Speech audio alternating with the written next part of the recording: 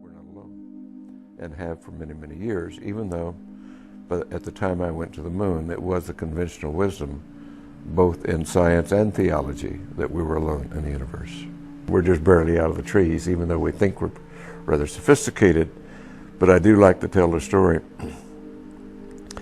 that my great-grandparents came across from southern United States to the west after our Civil War. And I went to the moon less than 100 years later.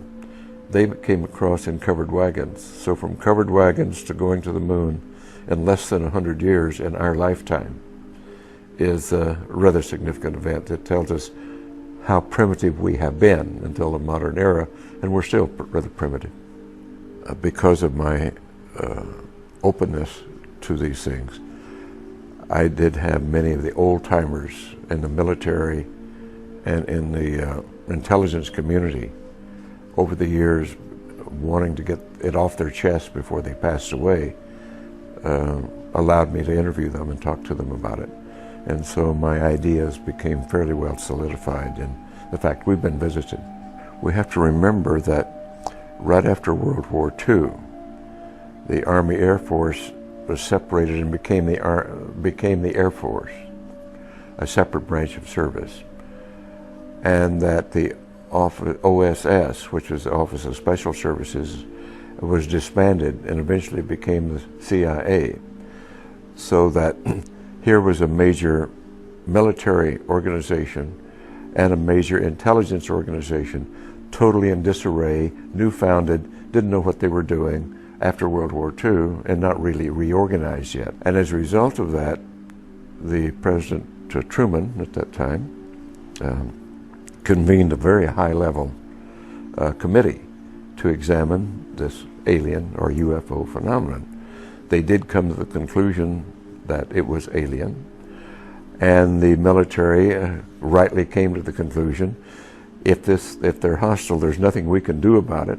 Therefore, their choice was to deny it and to hush it up and create the National Security Act of 1947, which validated that